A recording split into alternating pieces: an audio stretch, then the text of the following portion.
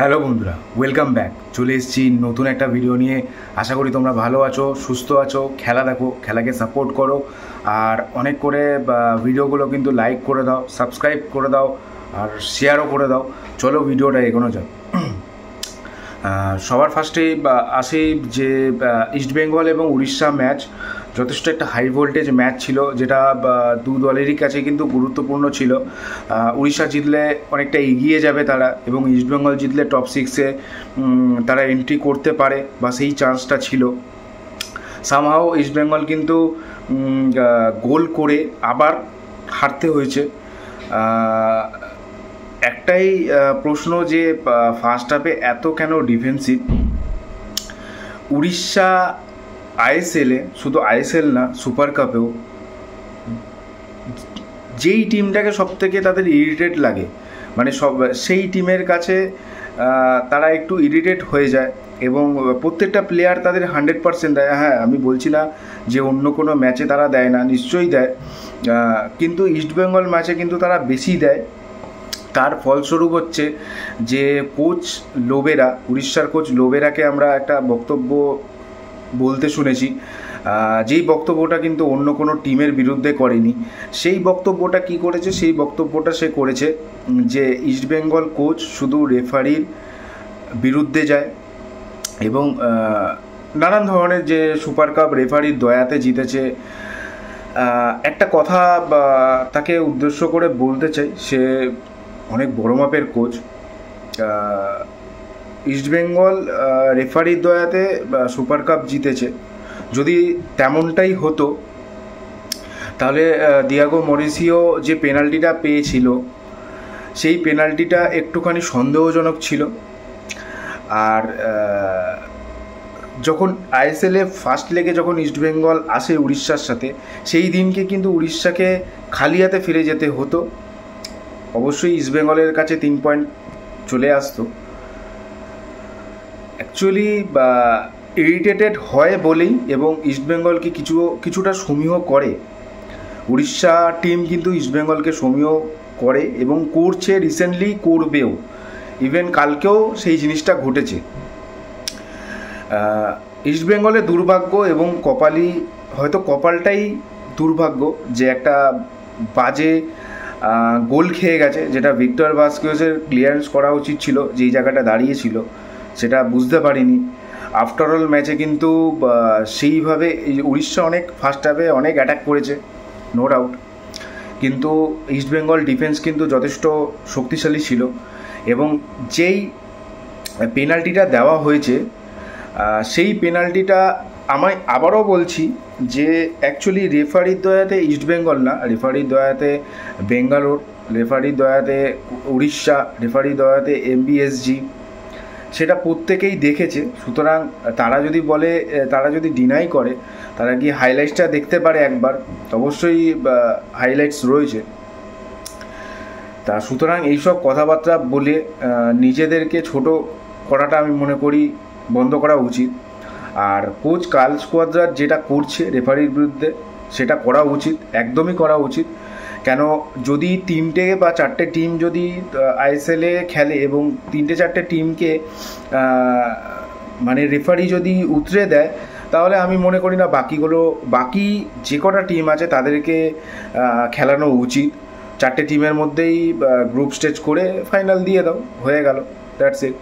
যখন খেলাবে নিরপেক্ষভাবে খেলাবে, এবং যে কোনো একটা টিমের বিরুদ্ধে না, দুটো টিমকেই উভয় চান্স দেবে, যেটা আমরা ব্যাঙ্গালোর ম্যাচে, উড়িষ্যা ম্যাচে, মুম্বাই ম্যাচে, অনেক ম্যাচে প্রমাণ পেয়েছি। যাই হোক, ম্যাচে আসি, যে ইস্টবেঙ্গল কিন্তু ফার্স্ট হাফে একটা চমক ছিল।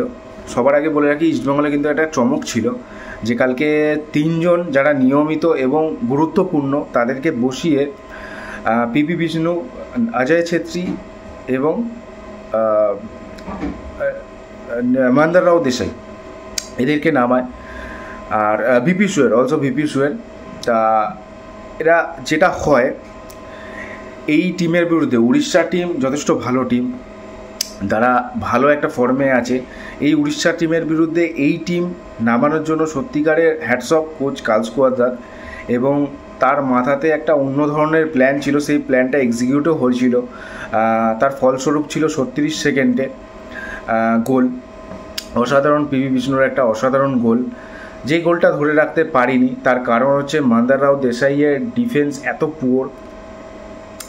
মোহাম্মদ রাকিব মিডিলে খুব ভালো খেলছিল, যথেষ্ট লোড নিয়ে খেলছিল, বাট রিসেন্টলি আমি জানি না হয়তো কন্টিনিউ ম্যাচ খেলছে বলে ম্যাচ টায়ার্ড কিনা, বাট রিসেন্টলি ওকে খুব বাজে লাগছে। মান্দার রাও দেশাই এবং রাকিবকে, এই দুটো সাইড ব্যাককে ইমিডিয়েটলি আমার মনে হয় চেঞ্জ করা উচিত, এবং একজন ভালো ডিফেন্ডার, ইন্ডিয়ান ডিফেন্ডারকে ইমিডিয়েটলি রিক্রুট করা উচিত। যেই জায়গাগুলোকে ঠিক করা উচিত, আমার মনে হয় এএফসি কাপের আগে এই জায়গাগুলোকে নিশ্চয়ই কোচ কালস্কোয়াদার ঠিক করবে, এবং মাঝমাঠে একজন ডিফেন্সিভ মিডফিল্ডার দরকার।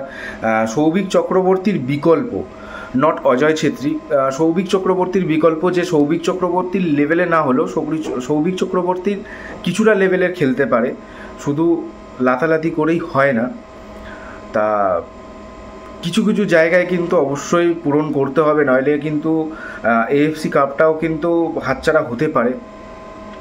তা সেকেন্ড হাফে যথেষ্ট ভালো লেগেছে ইস্টবেঙ্গলকে, যেই প্রেশারটা রাখছিল সেটা যদি ফার্স্ট হাফ থেকে রাখতো, আই হোপ তিন গোল না দিলে আমরা কমসে কম ড্রও করতাম। যদি ড্রও না করতাম অবশ্যই জিততাম, কিন্তু ম্যাচটা হারতাম না। কিন্তু লাস্ট জায়গায় গিয়ে আমরা সেই জিনিসটা করলাম। আর ফেলিসিও ব্রাউনকে কিছুটা বেটার লাগছিল, ফার্স্ট হাফে কিন্তু অনেকটাই বেটার লাগছিল, সেকেন্ড হাফেও সামহাউ বেটার লাগছিল, বাট টায়ার্ড লাগছিল অনেকটা। আর ভিক্টর ভাস্কেজ যথেষ্ট ভালো, বাট আমার মনে হয় না ভিক্টর ভাস্কেজ আর কন্টিনিউ করার মতন অবস্থায় আছে। সে যে পজিশানে এখন আছে, অবশ্যই খেলা ছাড়ার শেষ পর্যায়ে রয়েছে। ভিক্টর ভাস্কেজকে দিয়ে নেক্সট সিজন হবে না, আর ফেলিসিও ব্রাউনকে দিয়ে আমার মনে হয় যথেষ্ট, আমার মনে হয় হবে না। এর জায়গায় অন্য ভালো কোনো ইয়াং প্লেয়ারকে নিয়ে আসতে হবে, যে লোড নিতে পারে, দমে আছে এবং স্পিড আছে, সেরকম টাইপের প্লেয়ার দরকার। তা আফটারঅল আর কিছু বলার নেই, অবশ্যই তোমরা দেখেছো খেলাটা কি হয়েছে না হয়েছে, আমি আর স্পেসিফিক কিছু বলবো না।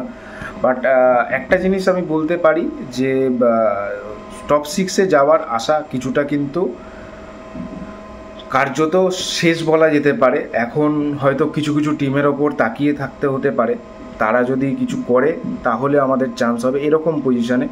বাট যদি কন্টিনিউ পরপর ম্যাচগুলো আছে, নিজেদের ম্যাচগুলো জিতুক, গোল পার্থক্য যদি পারে সেটাকে বাড়িয়ে নিক, তারপরে দেখা যাক লেটস সি কী হয়।